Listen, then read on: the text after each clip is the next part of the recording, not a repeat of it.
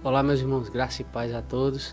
Vamos estar hoje aqui nessa live a respeito da relevância da igreja nesses dias, nesse tempo, nos dias de hoje, nos dias atuais, nos dias que a nossa geração está vivendo. Hoje vamos estar com essa live no propósito não de nos engrandecer, não de querer ser melhor, saber mais do que o outro, mas no propósito de que haja concílio no corpo de Cristo e que haja despertar para a palavra de Deus. Porque a palavra de Deus, ela não se limita a nossas vontades ou nossos desejos ou o que quer que seja, mas ela é determinante para que vivamos uma vida segundo Cristo. E nós necessitamos desse ajuntamento na palavra bíblico para que o corpo de Cristo funcione bem. Porque assim como foi escrito por Paulo, os 5 dons ministeriais eram para o ajuntamento e o crescimento do corpo de Cristo para que toda junta funcione bem. E nessa noite vamos estar, à luz da palavra, conversando a respeito dessa relevância que a igreja deve ter. E será que está tendo? E como vem tendo? E como vem fazendo? Porque a relevância que a igreja precisa ter é a do corpo de Cristo vivo nessa terra. Porque se a igreja não tiver essa relevância, nós estamos só passando tempo, perdendo tempo, só conversando, brincando, se distraindo. Mas na verdade Cristo morreu para que a gente viva uma vida como Ele viveu, porque Ele foi o nosso referencial. Ele deixou um padrão na palavra, Ele deixou um padrão na Bíblia, e esse padrão é para que nós sigamos e pratiquemos, porque se nós não fizermos isso, nós estamos somente nos enganando. Nessa noite vamos iniciar esse assunto aqui, orando e agradecendo a Deus pela direção do seu Espírito, em nome de Jesus. Pai, te damos graças pelo teu amor, pelo teu bondoso Espírito Santo que habita em nós. Obrigado porque Cristo se fez maldito para que nós fôssemos benditos. Obrigado porque tu nos amou de tal maneira que desce Cristo para padecer em nosso lugar. Obrigado porque o teu Espírito nos guia. Obrigado porque o teu Espírito é a força motriz da igreja. E a igreja, junta com o Espírito, não vai perecer, nem vai ser enganada, nem levada por falsos ventos de doutrina, mas vai se levantar ousada, fazendo proezas e praticando a tua doce, gloriosa e santa palavra. Pois a tua palavra é nosso guia e devemos seguir.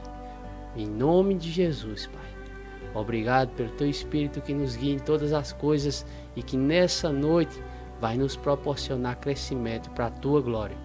Em nome de Jesus, amém. Nessa noite, como já citei, vamos estar falando da relevância da igreja.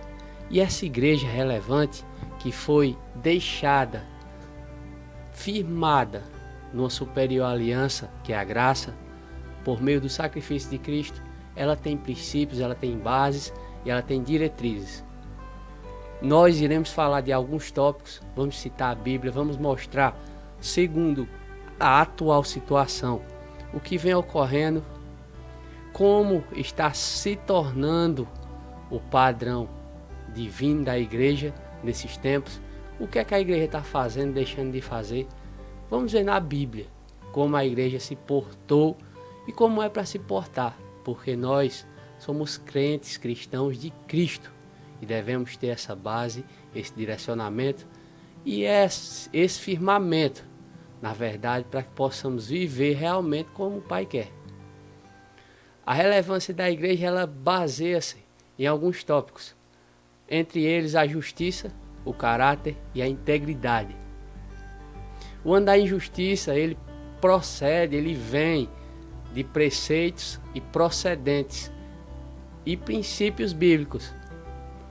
Lá em 2 Timóteo 3,16 diz assim, toda escritura é inspirada por Deus e proveitosa para ministrar a verdade, para repreender o mal, para corrigir os erros e para ensinar a maneira certa de viver. Toda a escritura, ela é feita para isso, para ministrar a verdade, ou seja, para falar a verdade, para repreender o mal, aquilo que é contrário à verdade, aquilo que é contrário ao que é bom, para corrigir os erros. Que erros são estes? Pecados, falhas, erros de caráter, erros de percurso, e para ensinar a maneira certa de viver. A Bíblia, as Escrituras foram divinamente inspiradas por Deus para isso. O caráter é procedente de atitudes operacionais de acordo com atos de vida cristã, prática de princípios bíblicos que levam ao fator de convivência benéfica entre seres humanos, tendo por superior a todos e no que depender de nós, agir no fator da paz para com todos, ou seja, ter paz para com todos. O caráter nosso vai determinar nossas atitudes, não querendo tirar vantagem, vai determinar nossas atitudes em amar o próximo, como Cristo nos amou, porque está escrito que assim devemos proceder dessa forma. Vai também manifestar a prática viva e eficaz do amor, porque o amor, ele não é somente um conto ou algo ficcioso, mas é algo vivo e eficaz. Porque sem amor nada seremos, sem o amor nada serve.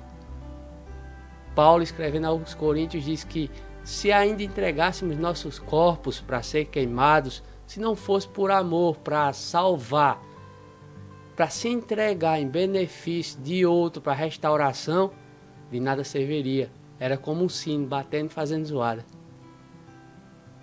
Então, no que depender da gente, devemos ter esse caráter de Cristo vivo em nós. E nós, que somos igreja, temos por sempre, a qualquer momento, esse caráter exigido. Você pode observar que existem falhas em todos os âmbitos mundiais, nacionais, estaduais e etc., pessoais. Mas sempre que alguém cristão comete uma falha, um deslize, um erro, diz-se logo: e não é crente? Por que se diz isso? Porque quem é crente, desse se espera algo bom, porque veio de Deus. Está entendendo agora? Quem é crente deve manifestar o caráter de Cristo, por isso que se espera esse caráter bondoso, porque nós não vimos em Cristo pecado, engano e maldade. Continuando aqui, a nossa leitura em Atos 2,47 fala assim, ó: louvando a Deus e caindo na graça de todo o povo, e todos os dias acrescentava o Senhor à igreja aqueles que se iam de salvar. Nesse versículo mostra que a igreja de Deus louvava a Deus. Como é que se louva a Deus? Cantando? Não, vivendo uma vida de caráter cristão, vivendo uma vida segundo os princípios bíblicos, e caíam na graça de todo o povo, porque agiam segundo Cristo. A ponto que mais para frente, se eu não me engano, em outro versículo fala que e assim foram chamados de cristãos quando viram eles andando igual a Cristo. Todos os dias a igreja estava naquele lugar e havia salvação, porque ela vivia Cristo, ela andava de acordo com o caráter de Cristo. Em Romanos 12:17 diz assim: a ninguém torneis mal por mal, procurai as coisas dignas perante todos os homens. Se for possível, quanto depender de vós, tende paz com todos os homens. No que depender de vós, se for possível, vivam em paz. Paulo está escrevendo. Ou seja, nós devemos ser íntegros em paz. E andar em paz é concordar com tudo aquilo que está errado? Não. Andar em paz é viver segundo a Bíblia. Porque, na verdade, há libertação. Pois só a verdade liberta. E a verdade é o quê? Os princípios de Deus, como a gente viu em 2 Timóteo 3,16, que a Escritura divinamente inspirada serve para ensinar a maneira certa de viver e corrigir erros. Continuando aqui a nossa leitura, vamos ver agora o ponto relacionado à integridade, que é a procedência segundo o caráter de Cristo, andar íntegro. O que é ser íntegro? É uma pessoa que não tem falha de coisas vãs, coisas más, pecados bestas, pecados grandes. Íntegro, como Cristo assim foi. Colossenses 3, 23 e 24 fala assim: e tudo quanto fizeres, fazei-o de todo coração, como ao Senhor, e não aos homens, sabendo que recebereis do Senhor o galardão da herança, porque a Cristo o Senhor servis. Em Mateus 5,37 diz: seja, porém, o teu sim, sim, e o teu não, não. O que passar disso vem do maligno, o que passar disso é do diabo. Ou seja, seu procedimento seja íntegro, porque se não for, é de acordo com a conveniência maligna, é de acordo com Satanás. E nós não fomos resgatados do reino de trevas para viver segundo ele. Nós não fomos tirados do reino de trevas morto para viver na morte, nem na lama, nem no pecado. Nós fomos resgatados para que nós tenhamos um estilo de vida cristão, segundo Cristo.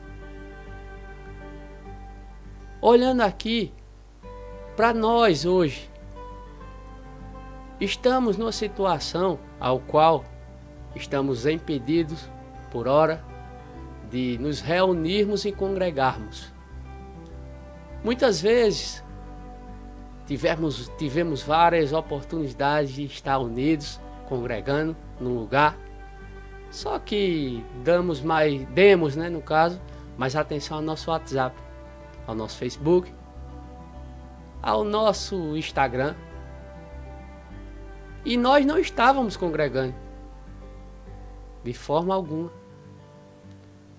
Nós tivemos a oportunidade de estar juntos, estimulando uns aos outros a prática do amor, mas não fizemos isso.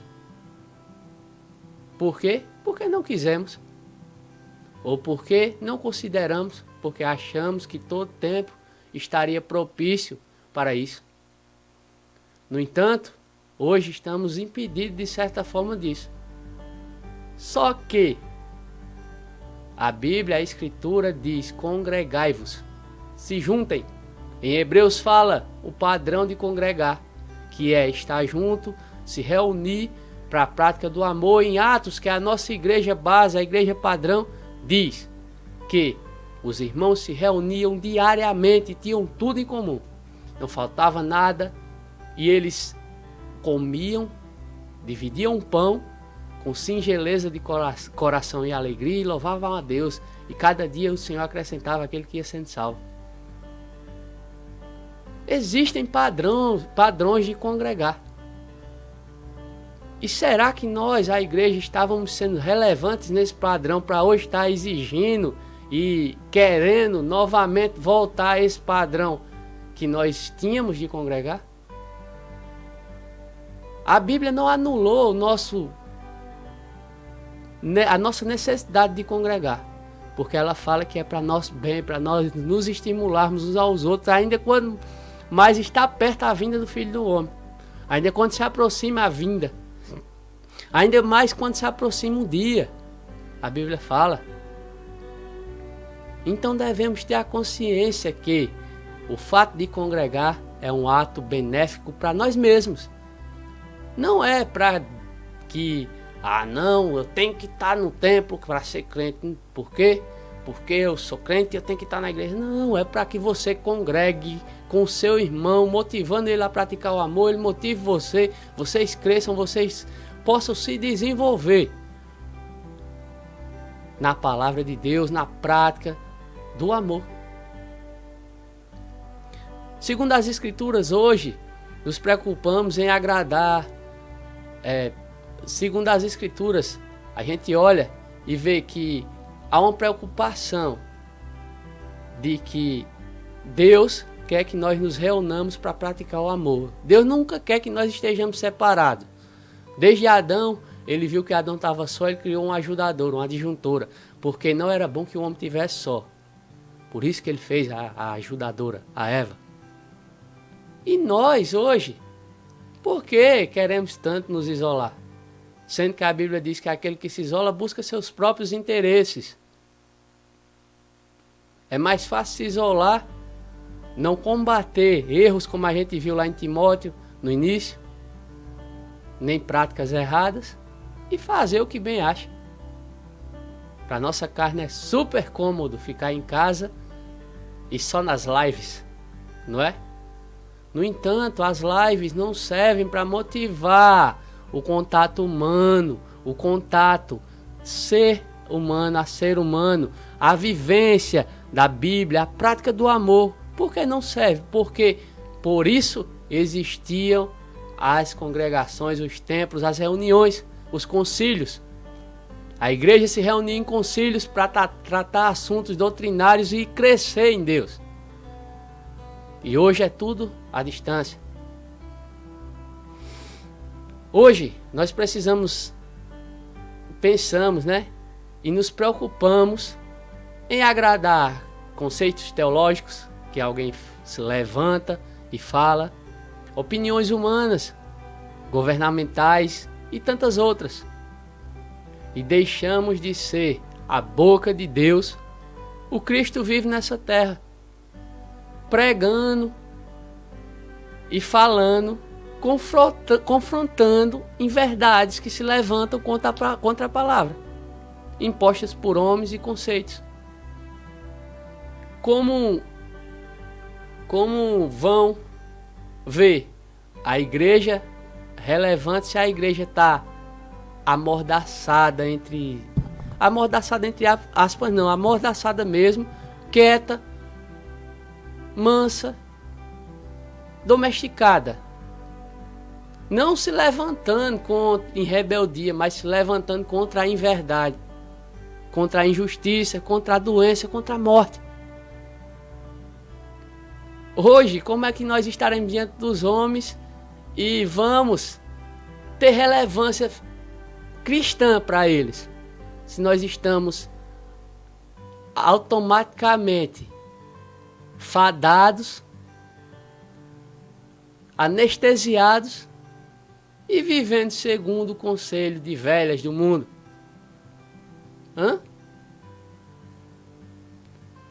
Nós vemos nos tempos passados, antes mesmo de Cristo, homens se levantando, profetas falando segundo a ordem de Deus, assim diz o Senhor.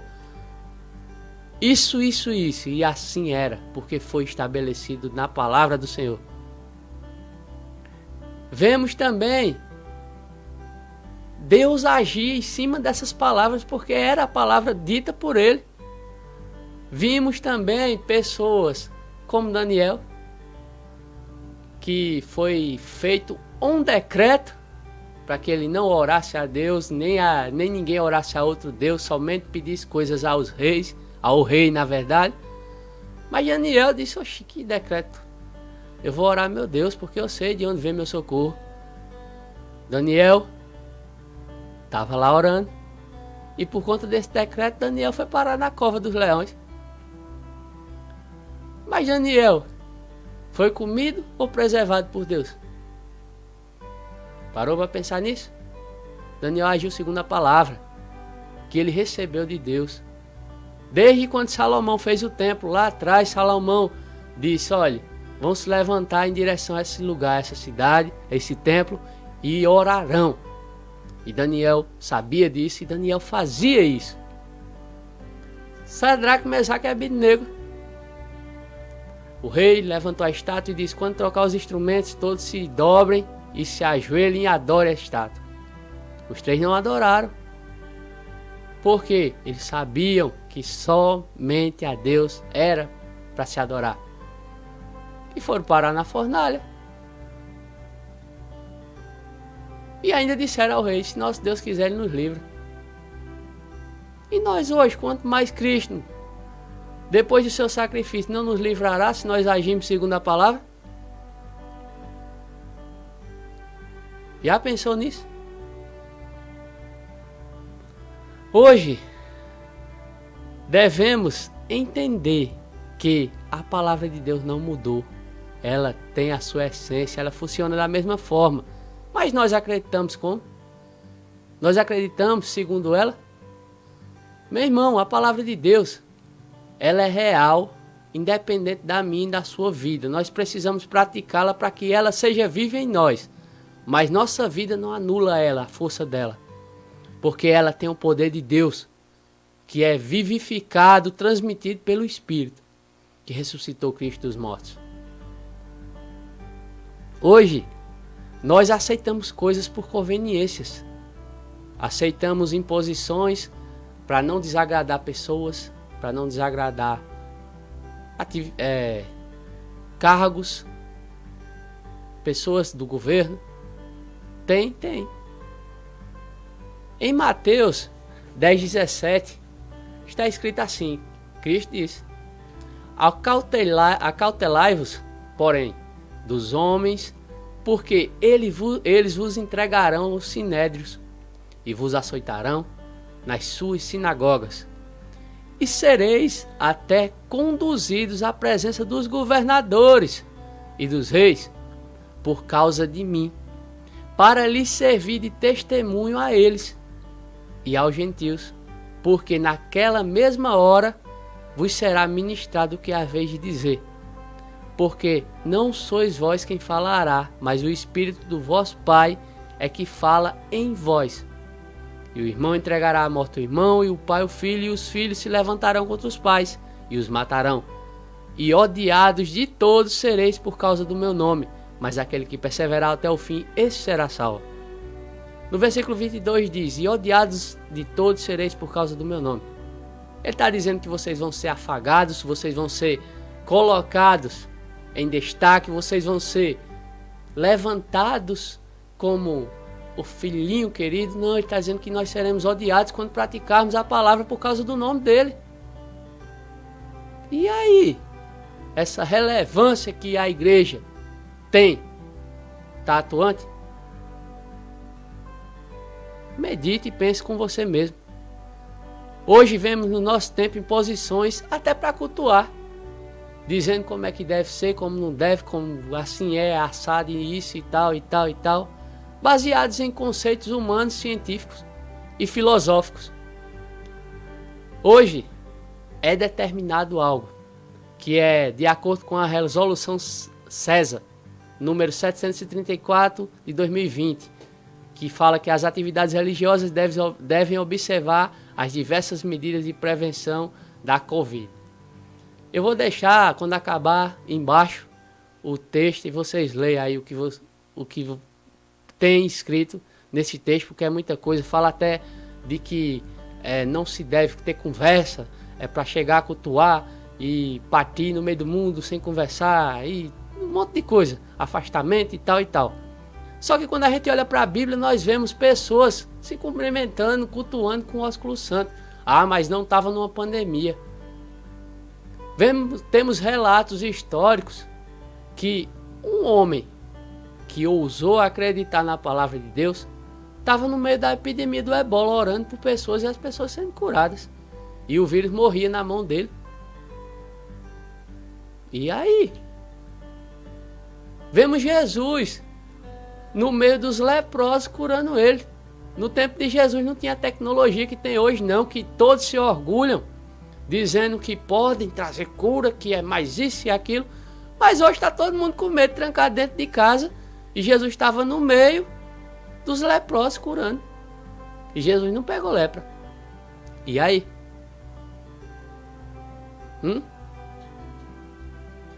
Parou para pensar? A Bíblia, ela nos leva a um estilo de vida que não é racional, mas é espiritual. E o Espírito de Deus testifica em nós que o poder que ressuscitou a Cristo está vivo dentro da igreja. Igreja, acorda. Hoje, vemos na história do povo de Deus imposições como essa que não agradou a Deus. E que todas elas, no final, tiveram resultado negativo para quem se opôs. Nabucodonosor virou bicho. E aí? Por conta que queria adoração, que se achava o cara. Faraó, que se impôs, olha, só vai metade, só vai os homens para adorar a Deus. Não, mas só vai, deixa os meninos, mas só vai tantos bichos. No final, o que aconteceu com o Egito foi o quê?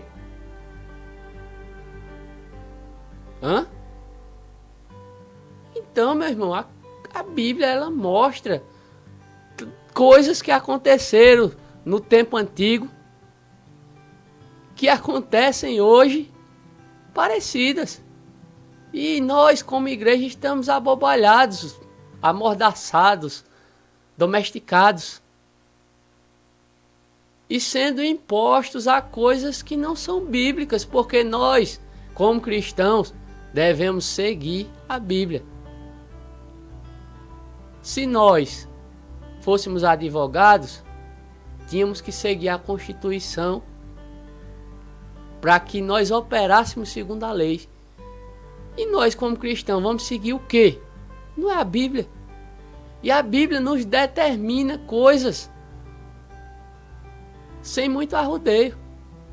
Para mim, para você, o que era chegar e dizer: hoje eu vou fazer meu culto às 5 horas da tarde, não às 9. Qual a relevância que tinha para nós? Nenhuma. Mas, antigamente, os sacerdotes tinham o horário marcado e o tempo definido e o que ia fazer. E os filhos de Arão decidiram fazer antes da hora e foram colocar fogo estranho no altar de Deus e morreram. E aí? Mas não, a igreja somos nós. Lógico que somos nós, mas precisamos um do outro para andar como corpo.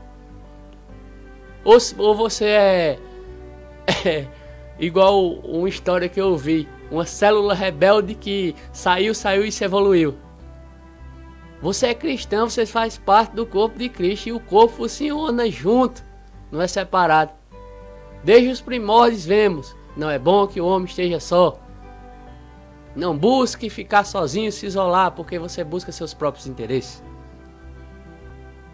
Hoje não estamos aqui levantando uma causa rebelde, uma militância, mas estamos querendo levantar uma igreja bíblica que se levanta em operação do poder do Espírito de Deus.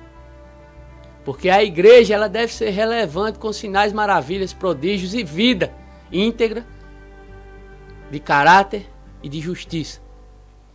Porque Deus mandou Jesus para morrer por isso. Não foi para que a gente viva acomodado com decisões que afagam nossa carne, nosso ego. Preocupados, assim como os escribas antigamente e os fariseus, como Cristo disse, estão preocupados em não perder sua posição. E hoje nós estamos nessa preocupação, aceitando tudo e depois dizendo: não, estamos sendo perseguidos pelo Evangelho. Tá nada, você aceitou. Não é perseguição não, foi você que deixou. Sendo acomodados, moldados segundo o sistema do anticristo. E porque existem princípios filosóficos de socialismo, comunismo que querem acabar com toda divindade, com todo culto, com toda religião. E você está aceitando. Não, mas eu sou justo, eu sou a igreja. Mas não está andando como? E aí? Temos um exemplo bem simples, bem prático. Se você pegar um sapo, jogar na água fervente, ele cai dentro e pula. Mas se você pegar ele, botar na aguinha fria e deixar o fogo lá no banho-maria esquentando, ele vai ficando, a água vai fervendo, daqui a pouco o bicho morreu. A igreja está do mesmo jeito. Acomodada, sentadinha. Ah não, mas eu tenho que ficar em casa. Ah não, mas isso. Ah não, mas aquilo. Mas eu tenho que tomar banho de álcool. E tá lá, só água fervendo, só água fervendo, só água fervendo, só água fervendo. Daqui a pouco, a água ferveu. Não vai ter mais culto não. Fica em casa de uma vez por toda. E se for pego, tendo culto, vai apanhar. Não, mas eu tô sendo perseguido pelo Evangelho. Tá nada, tu aceitou, tu foi o sapo dentro da água morna.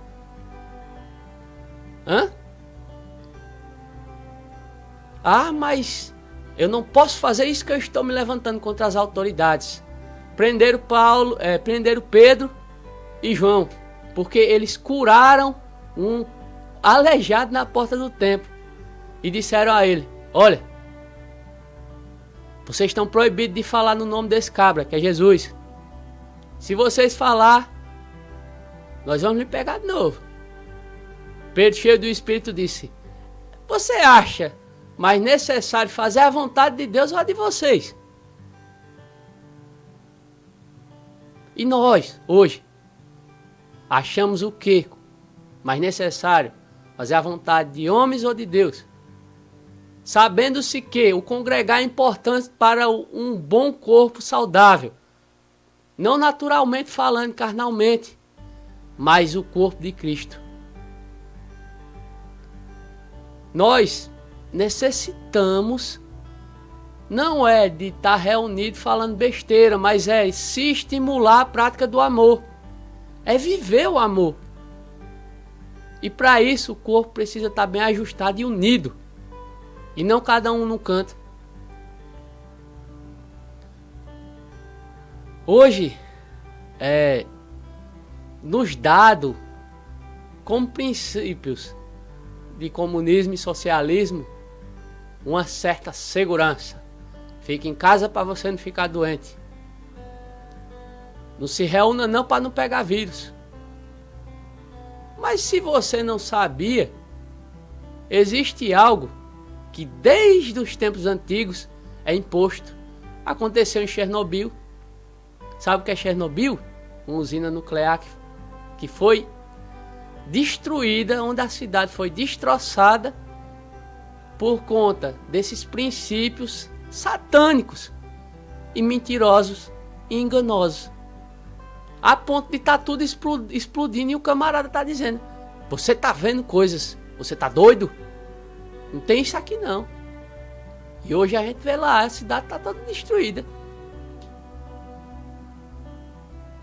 A gente vê que princípios enganosos como esse são diariamente expostos e colocados no nosso meio, na nossa vida, no dia a dia. A gente aceita, a gente pega, a gente segura.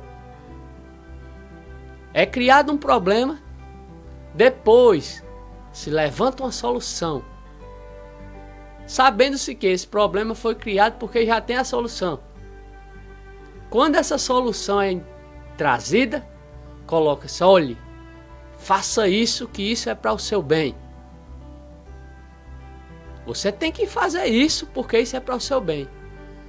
Aí começa, tome, manipulando informações, pessoas e colocando na cabeça de pessoas que são facilmente massa de manobras de qualquer coisa que é imposta, assuntos relacionados a isso, e criando medo e gerando medo, porque o medo é a maior ferramenta que pode haver para dominar pessoas. Sabia disso não? Então fique sabendo. E tome medo, daqui a pouco tá todo mundo com medo na mão. Agora é só fazer o que quer. É só colocar para fazer o que quer. E nós, como igreja, será que temos relevância para combater isso? Segundo a palavra temos, mas não estamos agindo como. Vamos citar alguns pontos aqui, para que fique bem claro. Primeiro ponto, intervenção do Estado. O Estado intervém de maneira permanente e eficiente na realização das atividades econômicas e sociais e controla os preços e os salários dos trabalhadores. A intervenção do Estado é importante para garantir a igualdade de oportunidades e meio de produção para todos os cidadãos. Lindo, né? Segundo, subordinação do interesse individual ao interesse geral. Faz parte do funcionamento do ideal socialista a ideia de que o interesse coletivo ou da sociedade é mais importante do que a vontade individuais. Isso significa que os interesses de cada indivíduo devem ficar em segundo plano, frente aos interesses que são comuns a todos. Bonito, né? Outro ponto, que é citado pelo senhor Marx. A religião é também como expresso ilusão, compensação ideal, funcionando como um remédio, um meio de evasão, de refúgio e ópio espiritual. do povo oprimido, sofrido como uma espécie de mar aguardente espiritual, a qual serve para ocultar e justificar uma determinada realidade, a realidade capitalista, como uma espécie de nevoeiro de véu sobre a irracionalidade da realidade, da produção burguesa, entontecendo, adormecendo, apaziguando a consciência do homem, amparando, aliviando, consolando de sua miséria no mundo real, para que ele suporte e esqueça a dureza de sua realidade degradante, levando-o, pois, ao gozo celeste, ao conformismo e à resignação, conforme assevera Marx. A miséria religiosa é, de um lado, a expressão da miséria real, e de outro, protesto contra a miséria real. A religião é o suspiro da criatura oprimida, o coração de um mundo sem coração, o espírito de uma situação carente de espírito. Ela é o ópio do povo, ela é o engano do povo. Ele acredita que para libertar o homem da religião, de suas ilusões religiosas, é necessário primeiro libertá-lo do tipo de vida que o leva para ansiar pela religião. Ou seja, é preciso mudar o mundo em que o homem precisa de ilusões, livrando-se da floresta imaginária. Pode-se colher as flores vivas. Nesse sentido, é fundamental não combater o efeito, mas a causa da religião, que é a estrutura social, política e econômica da sociedade capitalista. E aí, dá pra você? Combater a religião. A religião cega, militante, mata. Mas Cristo traz vida. Cristo não pode ser combatido nem tampouco deixado de lado, porque ele é a única forma de vida para essa terra. O mundo está julgado no maligno. Cristo trouxe vida, ele é o caminho, a verdade e a vida. Se nós negarmos Cristo e sobrepormos por qualquer verdade, influência satânica, entendimento racional humano, que é animal, terreno e diabólico, nós vamos negar o socorro de Deus e vamos padecer no inferno, que é real. Ah, mas é uma ilusão, é uma cachaça. Onde será que esse camarada está hoje? Você já parou para pensar isso? A Bíblia fala que ao morrer segue-se ao juízo. Juízo para aqueles que não padeceram ou morreram com Cristo, e eternidade para aqueles que morreram em Cristo ou foram arrebatados, levados. E aí?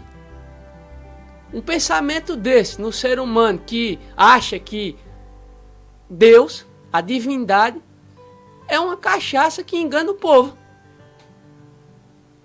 O que é que pode se esperar de pensamentos como esse? E o que pode se esperar de princípios como esse que levam ao engano e prendem e oprimem pessoas, chegando com uma certa solução, com uma certa ajuda e colocando as pessoas sujeitas a um jugo de Satanás de engano. Porque quem é o pai da mentira é Satanás. E quando nos subjugamos a esse jugo, estamos sujeitos às ordens de Satanás, andando segundo o mentiroso. E nós, igreja, devemos ser relevantes quanto a isso, se opondo na verdade. Não é levantando bandeira política, bandeira ideológica, bandeira disso ou daquilo, não, mas é praticando a Bíblia. Porque a Bíblia, ela tem, como nós vimos no começo, inspiração divina para deixarmos de errar, para nos ensinar a viver, para nos corrigir. E nós, como igreja, devemos ser relevantes nesse sentido, vivendo Cristo. Porque se nós não vivemos Cristo, nós não passamos de palhaços, de seres que se acomodaram e vivem segundo o mundo, segundo o conselho de Satanás, do sistema maligno. Andando guiados como cegos e guiando cegos. Para quê? Para cair no buraco. Guias cegos, insensatos, sepulcros caiados. Crente só de nome. Precisamos deixar de safadeza e passar a agir como Cristo quer.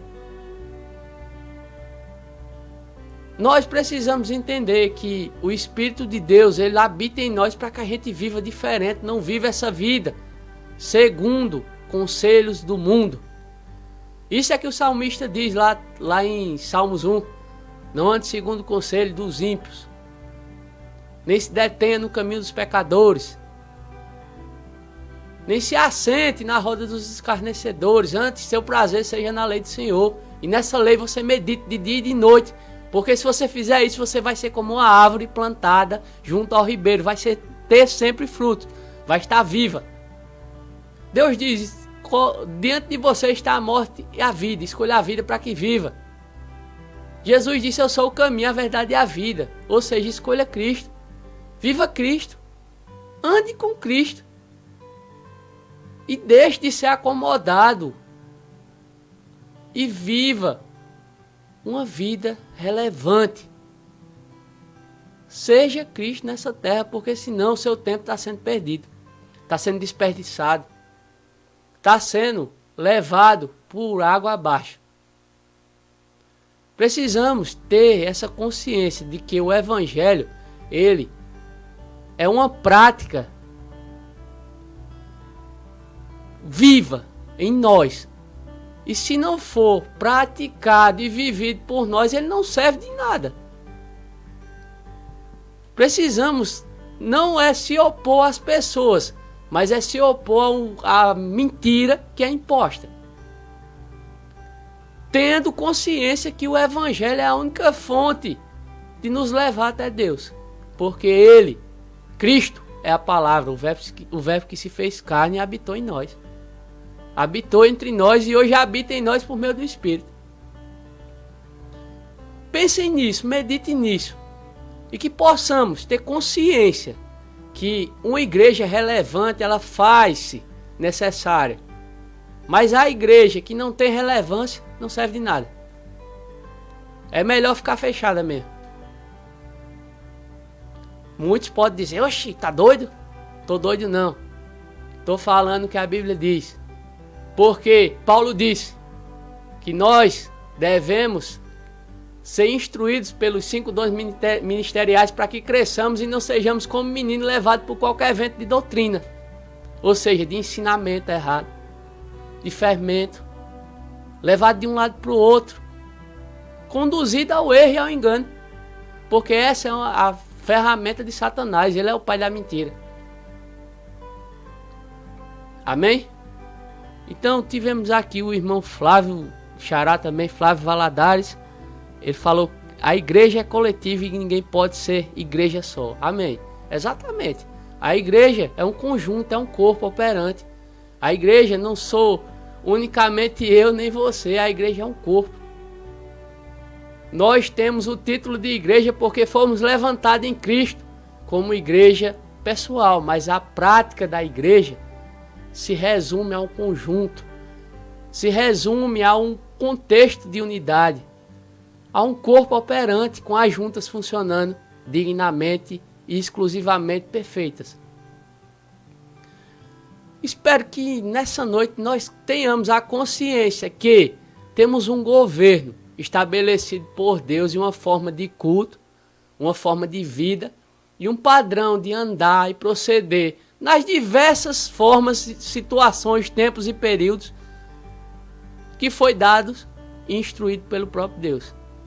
E o próprio Deus nos disse, andem dessa forma, ajam dessa forma, vivam como Cristo, porque Ele quer sempre o melhor para nós, por isso que Ele inspirou a palavra divinamente, para que a gente aprenda como viver e ande segundo conselhos dele, do Pai, porque sempre vai ser benéfico para nós, sempre vai nos levar a algo superior. Hoje entendemos que a graça é um favor imerecido, que é firmado em superiores promessas, e nessa graça existe também um superior trato, que é viver como Cristo. Assim como Ele é, nós devemos ser. Foi Ele que disse, ao discípulo basta ser igual ao mestre. Eu vos dou poder para fazer isso. Em meu nome vocês vão fazer isso. Precisamos ter a consciência disso que foi dado por Cristo. Em nome de Jesus. Graça e paz a todos. Espero que nessa noite possamos ter sido alcançados pela palavra de Deus e esclarecidos pela Escritura, que nós somos um povo que precisamos ser relevantes, porque Deus nos fez assim. Não é por merecimento, não é por amostramento ou qualquer outra coisa que seja, mas é porque Deus quis assim. Deus estabeleceu a igreja para andar como Cristo. Andemos, vivamos, pratiquemos e sejamos uma igreja relevante em toda parte. Em nome de Jesus, que essa consciência seja viva em nós. Amém.